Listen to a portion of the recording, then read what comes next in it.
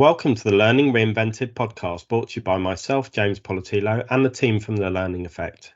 There are lots of learning podcasts out there, so we wanted to do something slightly different. In this episode, we'll be taking a look at how technology is and should be used in learning. To share his expertise, experience, and views, we are joined by Fred Thompson. Fred, welcome to the podcast. Hi, James. Thank you very much for having me. Pleasure to be here. I really appreciate you joining us today. And just to help our listeners, can you introduce yourself to them and tell them a little bit about yourself and your background? Yeah, absolutely. No problem. Yeah, so I'm Fred Thompson, the founder and CEO of Thirst. So, Thirst is an AI-driven learning platform. It's designed to give your learning and development a boost. You think of it like a turbocharging your learning culture, finding talent, growing leaders, moving people within your organization.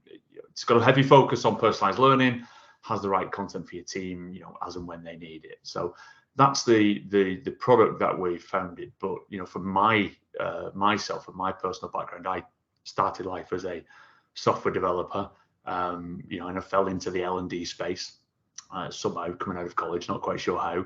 Built a business in L&D, effectively just supporting organizations building really bespoke learning management, learning development platforms as well. And then just spotted a gap in the market to sort of build something that was really advantageous using the technology expertise we've got and really making a difference and advancing learning solutions. So yeah, that's kind of a quick synopsis of my background. I think like most people, you've probably fallen into learning and development. I did something similar a number of years ago, fell into the industry. I know some people are now sort of selecting the industry as a career, which I find a little bit odd. But people are choosing to come in and to do L&D, where I would have had no idea when I was at the start of my career that it even existed. Yeah. I'm never quite sure if many people choose their careers and the professions and the sectors. It does seem to be sort of you just sort of know someone at some point in time and then you progress, and then you don't realize that you've got a real knowledge and expertise in it by the time you sort of look back. And I think that's where I've ended up.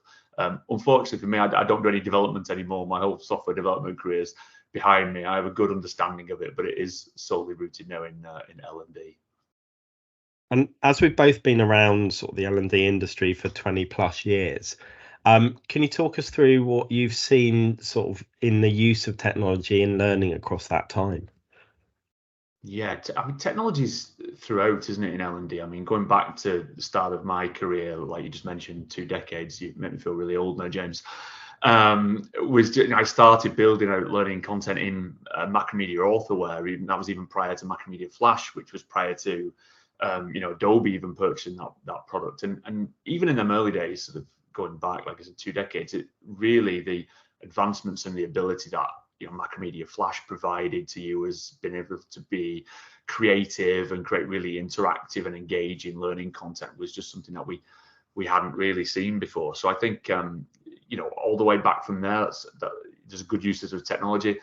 And then I was early days in developing adapters to utilize the SCORM frameworks as well. So, SCORM 1.1 and 1.1, I was right at that forefront of connecting, writing the JavaScript adapters to it. So I've seen learning and technology sort of progress. I've seen it really advantageous. There's obviously some fails in there, some use of technology that have not quite worked out, but certainly in the L&D space, I think technology has pushed us forward in many different ways. And I think there's been so many different things. I put my first bit of learning tech into a business back in, I think it was 2000. And, we were putting in first LMSs, and it was part of a horrible big Oracle suite, that at the time it was a bolt on to a big HR system. But again, we were putting content in, we were doing systems training, screen recording, lots of things now that are sort of commonplace and available to everyone, but at the time we're sort of very cutting edge in terms of things that we were doing back then. But across that 20 years, I've seen lots of different things come in, and as you said, there's some fads and some fails, but it's always the next big thing and the next revolution and anything that's going to change the world. And we had SCORM, and then the whole world was going to be changed by Tin Can or XAPI or any of those things. And it's just interesting to watch that evolution and see what we've have we really transitioned as an industry, or have we just put new tech into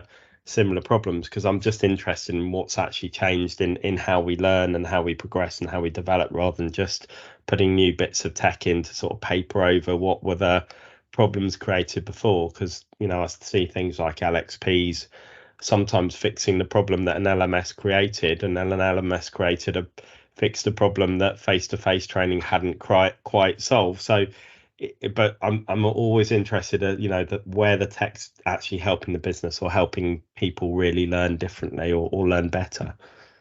Yeah, I mean, you touched upon one of my greatest bugbears, which is the acronyms that we just love in the L&D space. We always try and invent a new one seemingly every month or so, and there's a new one publicized, and that aside doesn't help. But I mean, you touched upon, you know, SCORM, for instance, was advantageous largely for the L&D creator, for the kind of person who was actually curating the content and being able to get that out and push that out to learner. It wasn't really an advantage to the learner particularly. It didn't really provide them with much.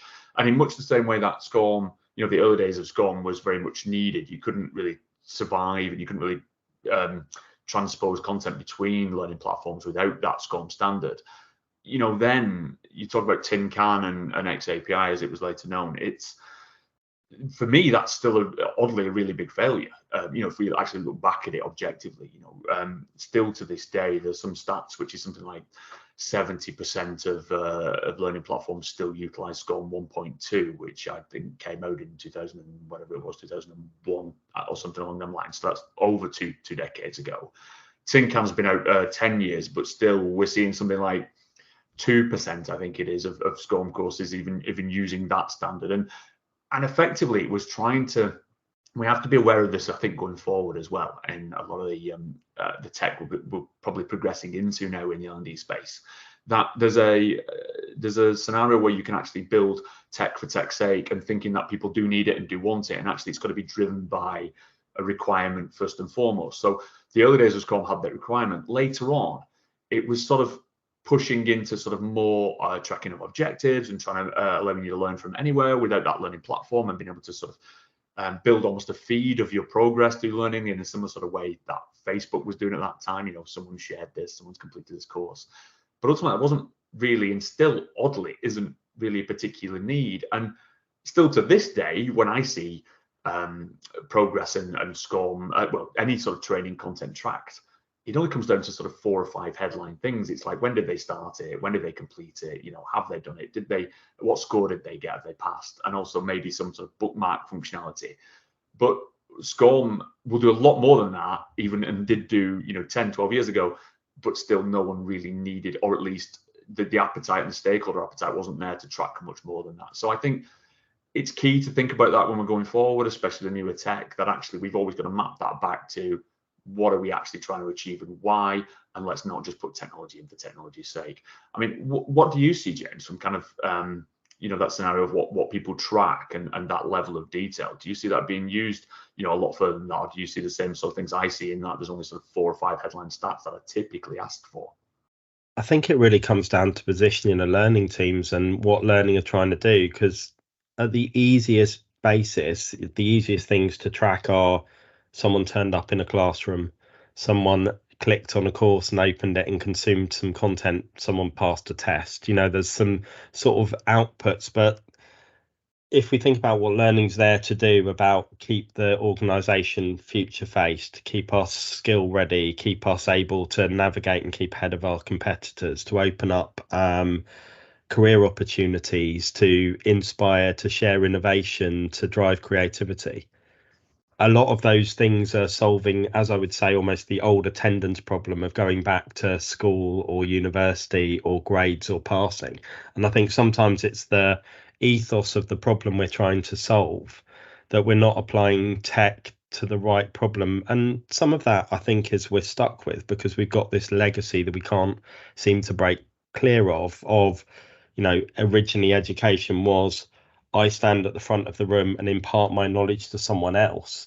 I think all we've done is take that and maybe go, I impart that into a SCORM package or into a video that someone else then consumes. And we're still doing some of those other bits around the edges. So but it's hard because, even you coming in and sort of coming into the market with a new product, you can't be too different. You're rocking up and everyone's riding around on a horse and you're driving in a car and no one quite understands it. So it's how do we transition the industry and the consumers and the people who are stakeholders of those people in businesses to start to ask and demand different things so we can develop different products. That's my challenge back to the Yeah. industry. And I haven't really seen us, if I take a real step back, I don't see us doing anything massively different than when I joined the industry in some ways. If I take that helicopter view, we are still predominantly pushing out content and Yeah. organizing events. I do know what you mean on that regard, really, as well, because, like I referred to about the analytics side, our platform has got really advanced analytics in terms of tracking sort of measurement and movement of skills within that period of time and trying to identify sort of analysis in your business of, even products or areas that you need to specialize in or you need to provide more support in or whatever.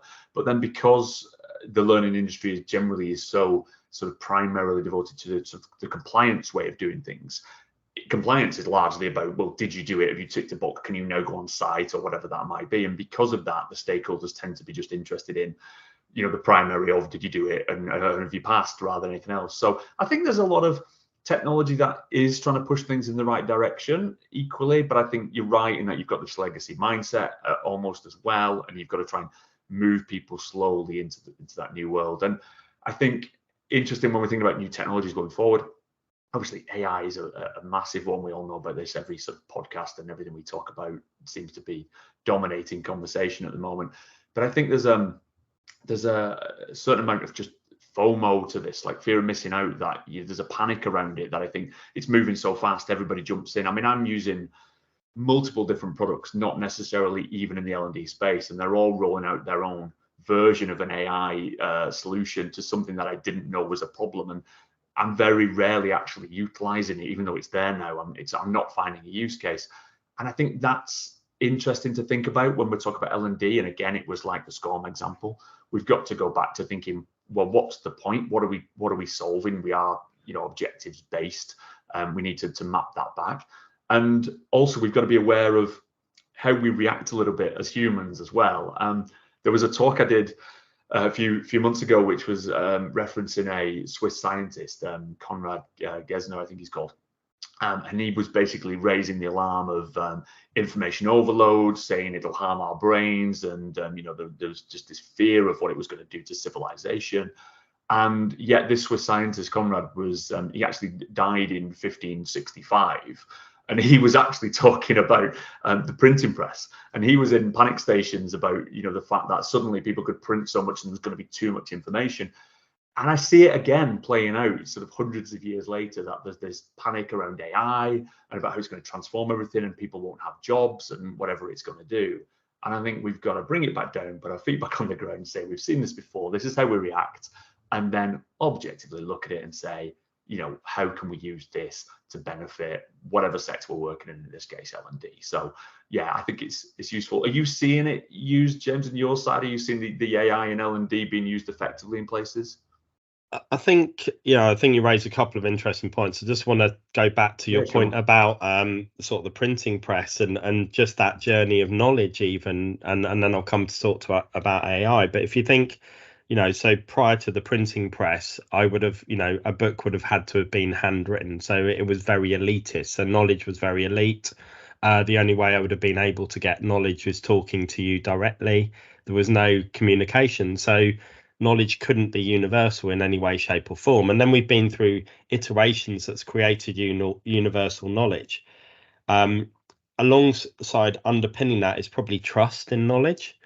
So because knowledge was such a rare commodity, people would sort of trust more that what was in a book must be true. Because if you've taken time to write it out handwritten, there's probably some truth and some effort gone into it.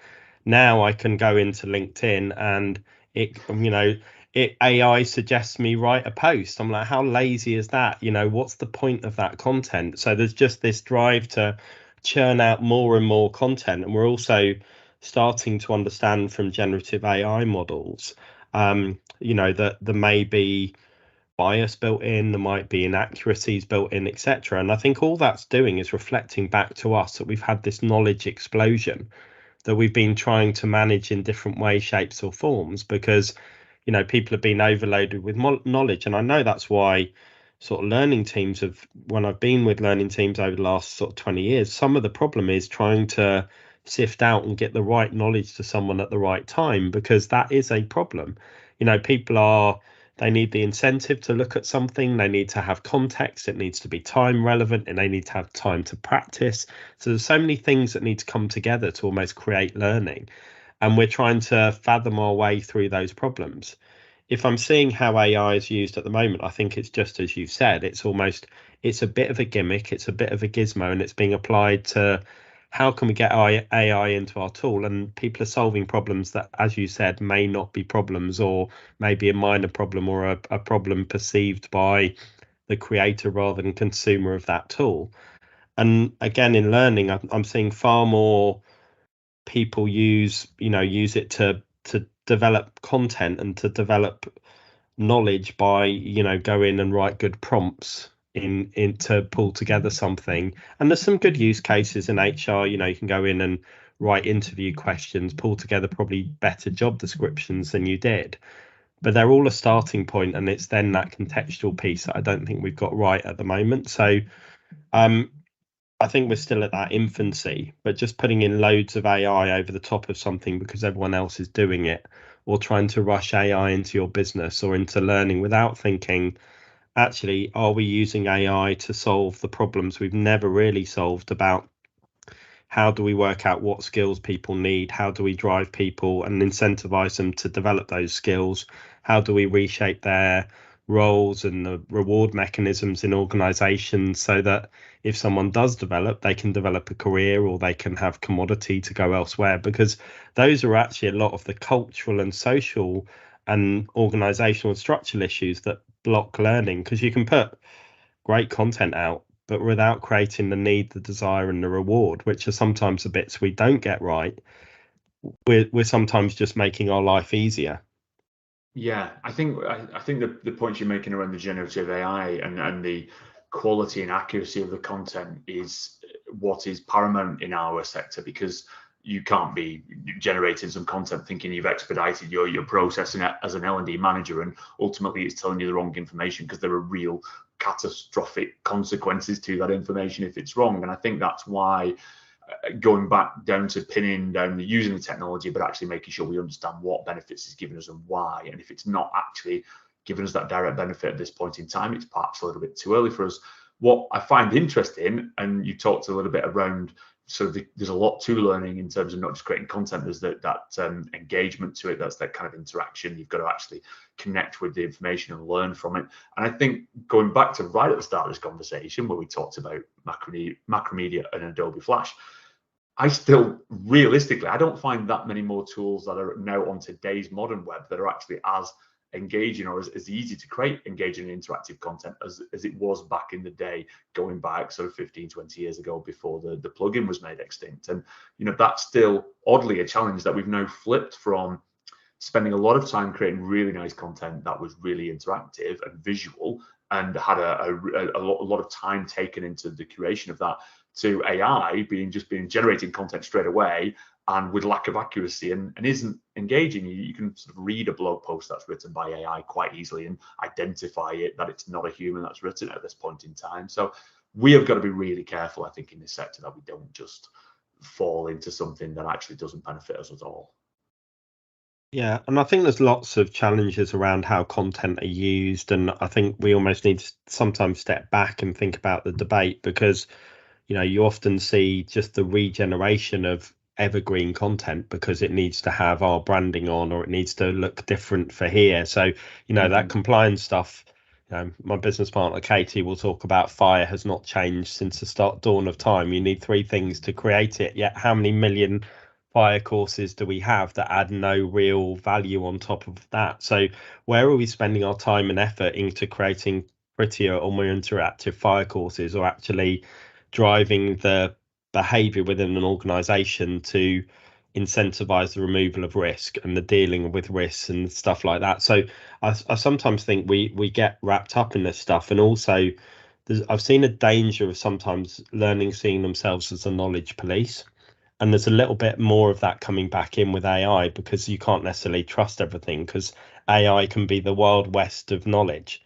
So, in the old days of learning, I used to go out, engage with, subject matter experts, take their stuff in, turn it into pretty content, push it back out to them. And then we sort of had this push to user generated content, and that's not just social content, but saying, everyone should be able to produce their own content, the subject matter experts. And then you get 400-page tomes explaining something which probably only needs a 2 minute summary for a particular relevant level of person. So there's some bridges that AI could do really effectively in those places of helping subject matter experts turn their own content into stuff that's more digestible, and those types of things, and being some of the bridge in there. So I can see a real use cases, but just going down and sitting and going, right, I'm going to ask ChatGPT or whatever tool I'm using to write me a course on this that I know nothing about, and I'm going to push that out to someone and hope. I mean, hopefully no one's doing that. Yeah, that's a recipe for disaster, isn't it? Realistically, it was interesting that you're talking about, because at the moment, my favorite technology sort of in this AI world is not the generative AI in the L&D space. It is along the lines of what we can do with personalization and big data associated in that, and that's a safer line at this point in time, because the content is there, it already exists, it's generally been factually accurate because it's been created or curated by L&D managers or other sources. And then you can start to use the AI tool set of, but instead of generative AI, you can use like the personalization side of this to actually tailor-make that content for the right audiences. So, and you can still then fold in generative AI, but to repurpose existing content. So you talked a little bit before about a job description. For HR, find this quite useful. I've used that very, very recently in a similar sort of thing. I need to write a job description, and there's so many lists of key responsibilities of a software developer that's out there at the moment. But actually putting that together in your own way takes time. That's where these tools can actually curate something that's used information that already exists that we know to be accurate, repurpose that for a document that makes sense for you, and then add personalization to it. So in our product at the moment, we've got personalization throughout, in terms of, we look at everything you do on the platform, every interaction, whether you like content, bookmark it, you've viewed it, you've completed it, whether you comment on it, from that author, from that content source. Is it a video? Is it 2 minutes in long or 20 seconds? Is it a 2-hour course?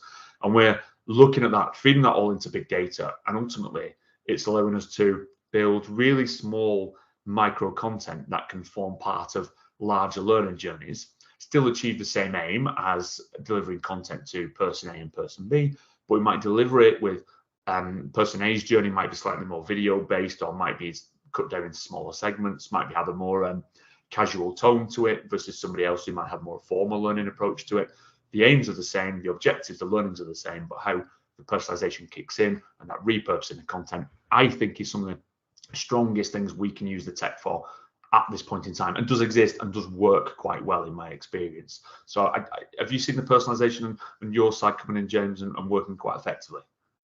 Yeah, I have. I think, that personalization can drive engagement, can help you repurpose content for different audiences really quickly and easily, which is great, because that used to be massively time consuming. So I think it's having that. And again, sometimes we need to do things really speedily, and even for touching groups that you wouldn't, I've been in the businesses where it just becomes too costly to do stuff in different languages, or to do stuff for different culture. And I'm starting to see some people do some interesting things, or even accessibility. So to make your content more accessible and stuff, there's some really good use cases to actually make your learning better across the piece that I've seen in spots. And I'm seeing people, some really good examples of where it is being used. But then, as with a lot of stuff, there's a lot of almost happy amateurs. Of course, there's people playing around that are thinking I can solve the world, or some views expressed that you're just like, I don't want you to run with that view, because I'm just worried about what you're going to create, or what you're going to do in terms of and sometimes they're the jokingly hidden quotes of, well, you can do double the amount of work now because you've got this generative AI. You can just ask everything, and yeah, you can. There's certain amounts of efficiencies, but it doesn't mean you should just be plowing out hundreds of hours of more content or whatever. So I think it's the balance of what problem you're solving, how's that helping your users, and how's it helping your business case or your use case, and that can keep you clean. And then, like you said, how effectively is that working at the moment? Because we can probably all sit there and visualize, our own perfect future as to where the positive AI is helping us to imagine a future that we want it to be. We're not quite there yet on some of these things. So some of my naive views are sometimes, if I can say it is possible, I know it'll be possible at some point. It's just, is it possible today, or is it worth doing today? But having that visual and visionary mindset, you need to be reining it into, like you said, what's possible, what's achievable, and what can the tools do today? Because the promise of tomorrow is something interesting, but we need to know where we are and what we're trying to solve. Yeah, indeed. I think while we talk about the new technologies and sort of the going forward, and you touched upon this a little bit earlier, I think there's part of our problem in our sector as well is the inability to leave things behind as well. So it's not even if the tools exist and we're fully behind them as a concept, I think still there's a legacy play to this that actually people can't let go a little bit. SCORM is the obvious easiest one that springs to mind. It was built for a very different age than what it is today. We couldn't share content between LMSs, but now you've got interoperability, you've got content sources, you've got API, you've got immediate access into all these, you can connect into them. It's a very different world. Now, we've still got, in our platform, we've built SCORM in there still because it's still a needed thing. And I really didn't want to, but it was a case of occasionally, and a lot of our customers, they're only coming with, 1 or 2 SCORM files. It's not the quantity it was before. But really, if we could just repurpose that, or like you alluded to, there are so many fire safety courses. Can we not find one that is pretty much the same messaging on LinkedIn Learning or something similar, and actually utilize that? We can leave SCORM completely behind, and we don't need it at all. There's less obvious ones in my mind that I think we should leave behind. PDF certifications is one that drives me a little bit mad. I find the certifying that you've done something needs to happen. We know there's compliance. You need to sort of say you've done that. But there's still this tendency to want to create a certificate at the end of it that's PDF based and get people to print that out, and that becomes something you do. And I find that odd in this day and age. I mean, we hate sort of promoting to print anything, but this still happens all the time. But also there's this exchange of skills and exchange of you move on through your careers and you move on through your jobs. That should track with you as part of your record of what you've done in your career and what your skills are. And you shouldn't be trying to take a PDF printout of something with you. There's great solutions out there at the moment. There's things like Credly that'll automatically have you like a store of your own badges and certifications, and you can track that through. You can post that directly to your LinkedIn profile. People can see what skills you've got. So that'd be a really kind of, feels to me really low hanging fruit, but we still see it quite often. The PDF certification has been a requirement. There's some really interesting organizations out there, you're pushing, and there's some smaller organizations that come in almost with a different mindset. So, thinking about digital certificates and blockchain certificates, and the fact that's actually verifiable, and there's a whole load of connection behind it, and, reducing fraud, reducing risk, some of those things that are the benefit. Plus, there's digital, if you're using digital certification, it acts as a marketing and promotional tool. There's so much more scope to that it becomes far more viral, and it becomes, there's whole loads of other benefits to it. There's then this whole thing of transferability and transportability.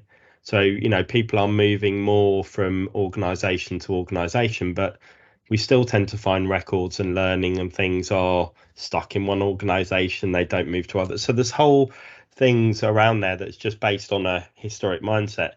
You talk about printed certificates. There's a whole world of verified paper as well, which rather than go to the digital technology, you can actually have verified paper that you can have a QR code printed on the certificate to verify the certificate is there, and then a bit of paper that's got verification to say that should have been printed on that bit of paper, which is like, it seems like an over engineering to go back to an old solution. So rather than going, well, actually we've got digital certification offered by huge amounts of companies that do this really, really well.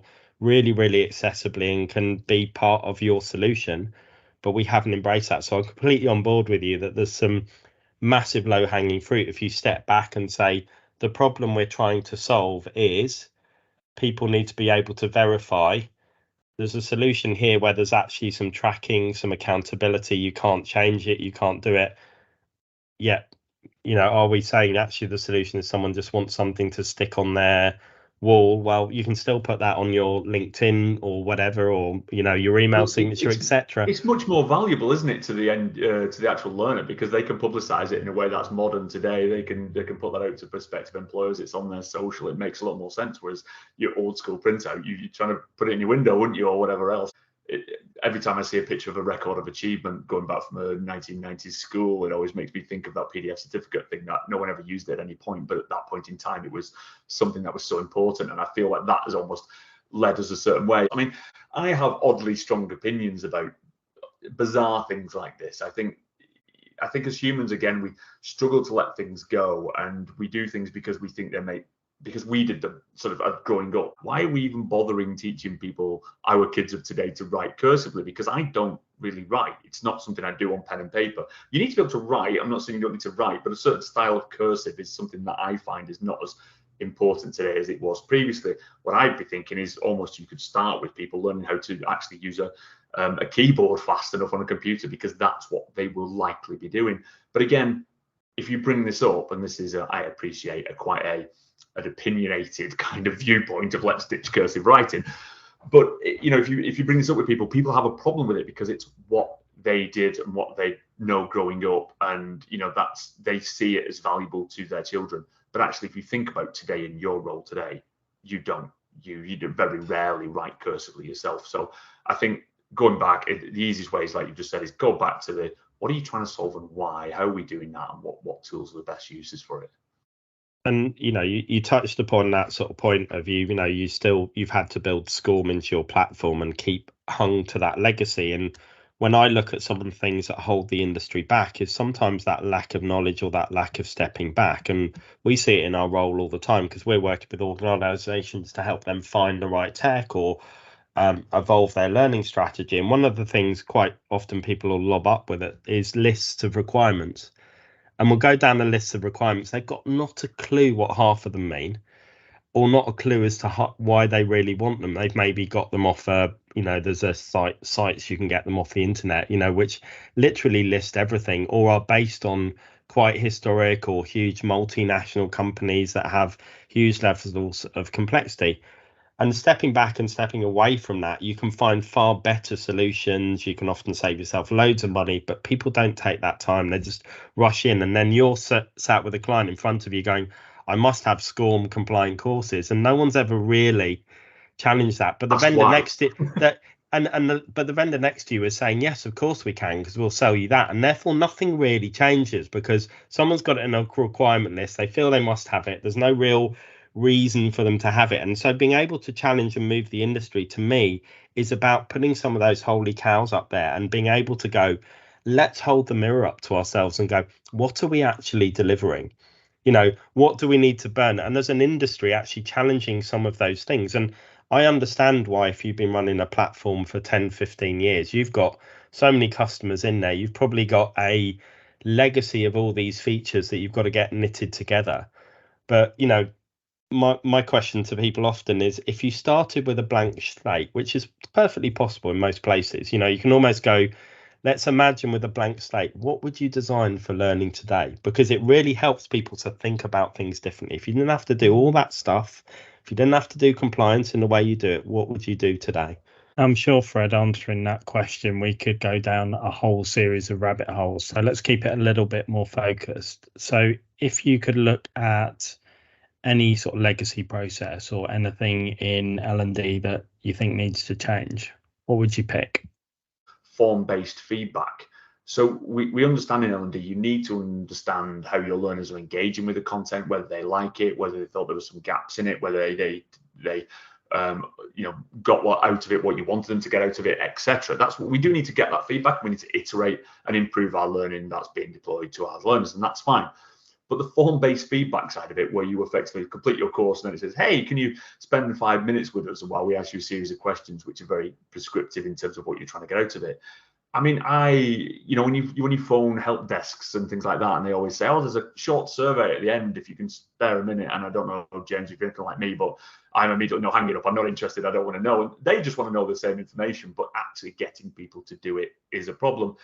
And the form-based feedback, I mean, I think there's studies show that you're more likely to share bad experiences than good. So even with the best intentions, and your course might be incredible, you're more likely to get more people complaining about it than you are people saying it was great. So the form-based feedback serves a purpose, but it's not the right way. So we're trying to solve this a little bit over at Thirst. But again, in general, I think you should be able to get all this information using technology. You should be able to look at it and say, okay, people seem to spend a lot longer on this screen than beforehand, or they don't know where they're clicking, they seem to click on the wrong bit, or they answer this question quite consistently incorrectly, and that must mean we're not doing a good job of being able to provide that information for them.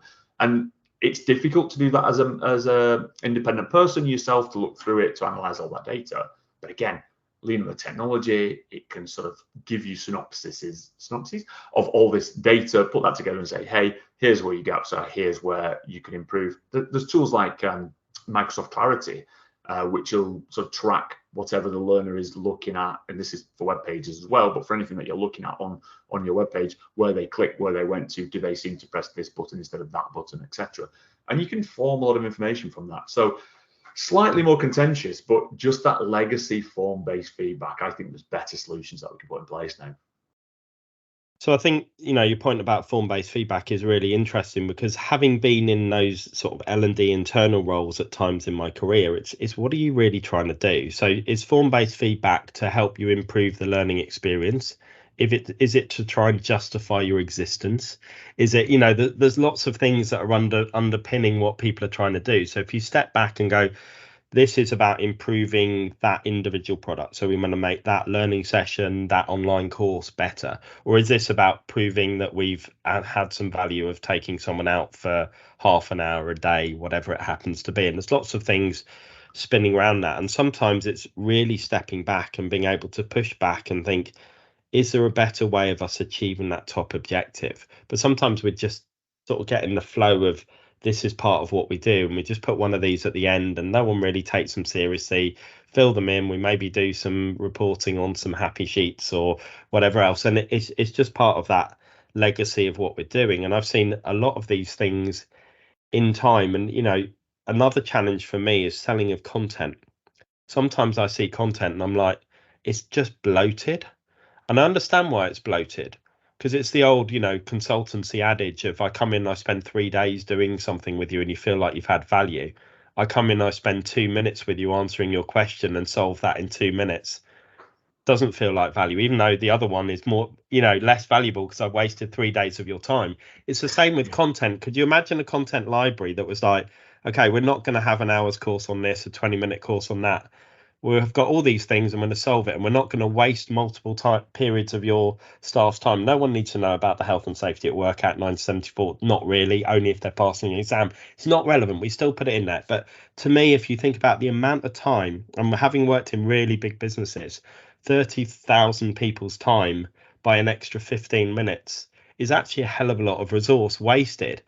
But we don't think in that mindset. We just blindly walk through these things, so that to me, there's a whole, if you step back and look at so many of the things we do, they are fundamentally flawed, because maybe, again, I've been there. I've been at the point where bringing someone out of the workplace into a classroom for a day, you almost had to throw as much knowledge at them as you could, because that was your one opportunity of the year.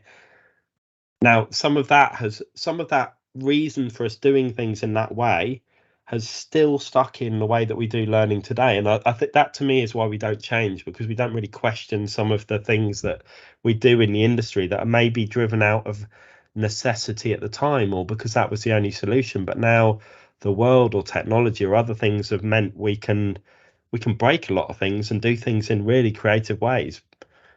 Yeah, well, the form-based feedback is a perfect example of it. It almost doesn't get questioned. It's too obvious. But actually, when you think about it, you think, actually, this isn't the best way of doing it. And you touch upon a good point, I think, as well, in terms of what we can do with technology doesn't have to always be end user facing as well. It doesn't have to always be directly for that learner to give them that personalization or whatever else associated with it. You talked about the cost of time of delivering that learning content, and effectively when you multiply that out by the number of employees for that business, it's a very costly exercise. And there's, I think it was Shopify recently, I think they've added a little plugin for their Google Calendar, which multiplies a set amount of the time of the meeting by the amount of people on the meeting and their cost to their average salary, and says that this meeting actually costs you whatever it'll cost, like $8,000 or something like that.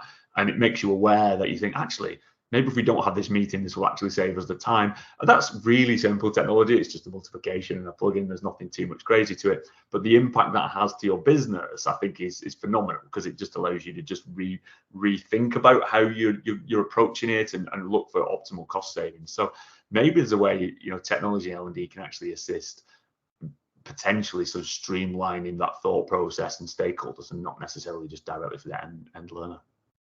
No, and I think that's, it's having that mindset though, because the meeting one is a great one. I've sat in sort of senior management teams, and like after 10 minutes, I've been the person who's gone, right, we must be, round this table, have spent up this amount of salary trying to save, £1,000 worth of value to the business. You just, again, people sometimes get stuck, and it's human nature, but it's using those tools to break some of those, like you said, with that, the bit of tech showing actually this is how much this meeting is costing. Are you getting, and that becoming part of the way that you operate starts to make you question things. This is how much this learning course is going to cost. Is that eliminating this amount of risk, or adding that amount of value, or whatever it happens to be? It starts to just get you thinking in a different way. And it's not from a way of cutting everything, but spending your time more effectively, spending your value and resource more effectively. People almost have this inherent thing that as soon as you start questioning those things, you're going to cut things, cut learning, cut not. It's more about saying, where can, a day's time spent doing something differently, of shadowing a different function, going out and seeing something external, going and working elsewhere, can be far more valuable than, a day of clicking and consuming content, which might then tick through to my paper PDF certificate that I can then take back and show on my CPD for my industry, which is still working on an input rather than an output measure of learning. But again, those fundamental thought processes are broken. Therefore, the solutions are going to fix the old problem of, my CPD target for the year is 50 hours of learning. That's set often by regulation or legislation. So therefore, that drives us just to do some hours, and it doesn't actually say, what's usable, what's that 50 hours of value. So again, there's lots of things, I think, that sometimes drive the solutions to not solve the business problems, because we haven't solved the thinking problems. And I don't know if that makes any sense, but that's where I see a lot of the challenges. Yeah, I think the ways technology can help here is it can move us along slowly and sort of start to form a new way of thinking. But I think it's going to take time ultimately. The amount of times I still see learning platform engagement tracked by simply how many logins they've had, and they say, okay, we've had 10 or 100 or 1,000 this week, and then so we've had 1,500 next week. That means it's great, it's going better. But actually they don't sort of dig into that any further and say, well, actually no one's actually completing any courses now, or they're just logging in because they've been told to log in that week via an email, and they don't track that through. I think we can use a lot of guidance from marketing divisions. I think it's really smart when you think about marketing will track engagements in terms of there's a social post going out there, but they don't just track, it was seen by 1,000 people in the same way L&D might track logins. They track, well, who clicked it, but then who clicked it, who actually filled in the form, and then from the people who filled in the form, they continue to revisit our site afterwards, and they're constantly analyzing that. So I think the more tools that we can use technology to assist L&D to make that, I think we can provide that value back to the stakeholders, and over time, the stakeholders, mindset of this will shift a little bit and start to utilize these extra bits of information and try and analyze it, and hopefully we'll just get away from that simplistic metric that tries to prove out engagement.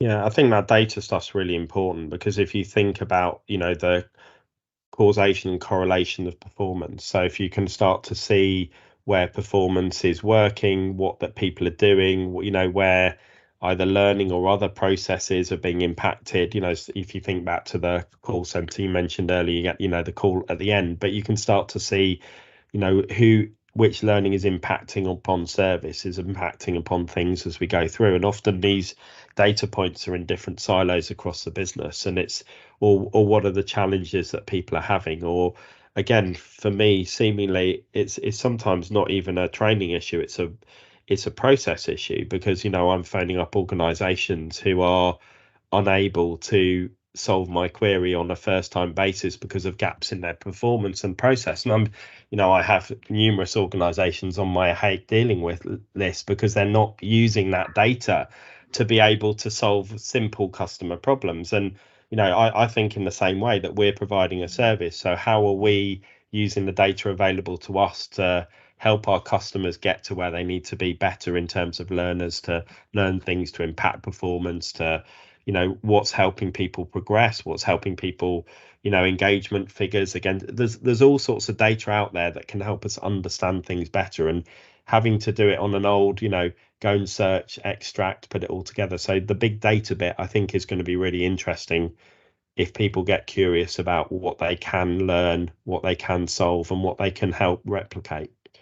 It will assist in enhancing the focus of what L&D solves into that wider business strategy, because I still think in many cases L&D is foreseen by certain stakeholders as being sort of a means to an end. It's ticking a box for compliance. It's okay, we've done that, that's great. We know we're not at risk of our insurances being void because we've got evidence of this happening or something like that. And I always want to flip the script a little bit and say, well, how can it help us? So, can it identify a skill that we have in the business that we didn't realize we had, or a need for something that the teams are calling out for that we didn't realize? And then that might even transform into a new product line, for instance, that you can start to sell what you didn't even realize, because you had that, especially if you're a services business, you might realize someone's got, database analytics or something like that as a skill that we have, and there's more people than you thought in the business. There might be an added value. I want to think about L&D as being able to benefit that wider business plan rather than just a means to an end to tick a box for compliance. So Fred, we've talked a lot about lots of different things and things that might be able to be better, and some of the legacies around the industry and tech we maybe should be able to bin off, or approaches we should be able to bin off. But looking forward, how should people approach new technologies that's coming along? Because obviously we've got high profile stuff like generative AI and other things that people are talking about. People have talked about VR, AR in the past, but if a team are thinking about new technology coming in, how should they approach it? Well, we should obviously look to embrace it, because that's how we do get ahead. But I think there's a caveat to this, and we've touched upon it already, but it is that scenario of we're an outcomes-based industry and sector. That's all we are. So you've got to always map that back and say, does it provide that value or not? How is it going to improve even my life as as L&D manager, or my stakeholders, or my learners? What benefit and value is it give us? I think you have to step away from the FOMO a little bit and bear in mind what the objectives and outcomes effectively are. And I think you just have to consistently ask who it's benefiting, but also be aware of the dangers it potentially brings as well, especially when we talk about AI. There is certain scenarios where it can add bias to things as well. It can, depending on how it goes, it can actually start to give you wrong information. So you've got to be aware of that. But ultimately, I think the technologies, we should just continue to play around with it. I think, oddly, the L&D space generally is a little bit behind. Seemingly, it always seems to be playing catch up. But I think this is its biggest advantage in this case, because we actually get to analyze what's out there correctly over time, and then slowly and then bring it in, rather than rush into it like a lot of the other software as a service solutions are doing and products that are out there at the moment. So I think we should take our time with it, but still embrace it. And the only other thing I think I've got is, some technologies are there and are already relatively vetted as being beneficial, and we have good examples and use cases. We talked about personalization being a perfect one, and you can start to put things in place now already that will benefit from that, and then start to roll out things like personalization to your organization. So it's not just a magic switch overnight. You're not going to be able to turn that on and suddenly you're using that new technology and everyone's benefiting. You've got to structure your learning content to be able to benefit from personalization. You've got to break that up into smaller chunks, so then ultimately you can deliver it in different pathways and utilize that. If it's all just one big course, that's 8 hours long or something similar, that's not going to be able to be broken up and won't benefit from personalization. So we can start to look to use a technology that's already been relatively vetted as successful, start to make preparations in support of that, and then just keep our mind, I think, on the technologies that moves forward, and just always have, outcomes and objectives in our mind, really, and who it's benefiting. So lots of good stuff there about thinking about the individual technologies, working out what works, what's not, having the use case. What are your hopes for the future of the industry? Well, I do want us to catch up a little bit, even though my counter argument was just that, being a little bit slow in L&D is our benefit in terms of this AI technology sort of driven focus. But I think as a sector, it does frustrate me. I think everybody has sat there in their life and been told to do a compliance mandatory training page turner about, the right way to position a ladder against the wall, and it drives you mad as a learner, and we still regurgitating that thing. So I think we have to think about how our learners are interacting with the world, really. They're used to the Netflix instant, always on, getting the information they need and getting it in a small segments. I think we do have to catch up in general. I want to see us use the technology we have, but I think my primary focus would be to use it to benefit the L&D manager's time and being able to optimize. We talked earlier on about the job description, about how you can utilize like ChatGPT to give you a list of the key responsibilities of a job role. That was a perfect example for me of how we can just utilize the tools that are already there. We don't have any problems around biases or the incorrect factual information. We don't have any sort of arguments around that, but you can use it as a real time saver. And I think we should be thinking in that mindset initially, because it's a much easier way to say, well, this is a repetitive job. Big data, we talked about, how can we get statistics out that are a bit more accurate, a bit faster? How can we look at gaps in our learning that are there without us sat through, thousands of completion data and try and track that data? I think we can use the technology to progress the future of the industry in that way. And then, the final one, and I think it's right at the start, less acronyms. I would love less acronyms for our industry. We've got there's a page on them about LXPs, EXPs, LMSs, and everything else associated with it. And even SCORM, I still feel like I still quote what it actually stands for incorrectly, even to this day. I just don't think it helps sell our sector very well. I don't think it helps when people are coming to purchase, because they don't know what they're buying and they don't know the difference between these platforms. And in many ways, there aren't that many differences between a lot of them. They do all sort of generally sort of revert to the mean. And I think that would be a nice thing we could all collectively do. I noticed there's a shift in us moving on towards using learning platform as a word rather than LMS or LXP. I think that's the way people are going, which I quite like. But I think we've got quite a bit of work to do, catching up and standardizing a little bit. But I have a lot of hopes for it. I think we're certainly progressing and looking to do the right things, I think, in general. No, I think that's a nice positive message to end on. And yes, if we could kill the acronyms, I absolutely agree with you, because to me, a lot of them were just marketing gimmicks to try and make people stand out from something else, when if you looked under the covers, they were pretty much the same thing anyway, or there was no real difference between a lot of them. But let's leave all that in the past. And I'd really like to thank you for joining us today. I think we've covered lots of stuff, and hopefully it's prompted some maybe reflections on things people can do differently, but also some hope and drive and some tips to move forward into the future. And if people want to connect with you and stay in touch and follow your thoughts and find out a bit more about you and your company, what should they do? You can get in touch with me on LinkedIn. I'm generally relatively active on there, and also fredthompson.co.uk, where I occasionally blog about things as well.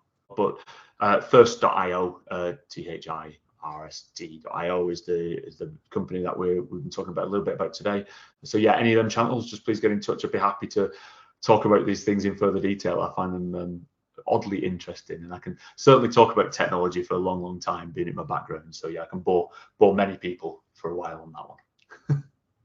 Brilliant. Thanks, Fred. And we'll make sure that all of those links are in the show notes below the podcast. Thank you for joining us today. Excellent. Thank you very much for having me. Thank you for listening to this episode of the Learning Reinvented podcast. We hope you enjoyed it. If you've not already done so, please follow our podcast.